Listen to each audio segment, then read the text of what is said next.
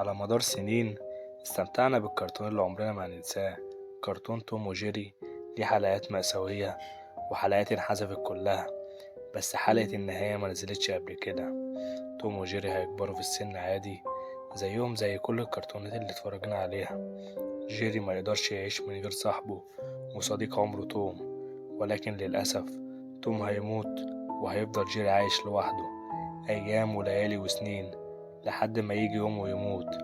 دي للأسف الحلقة الأخيرة من كرتون توم وجيري والحاجة الأخيرة عنهم بعد ما استمتعنا بيهم على مدار أكتر من 70 سنة.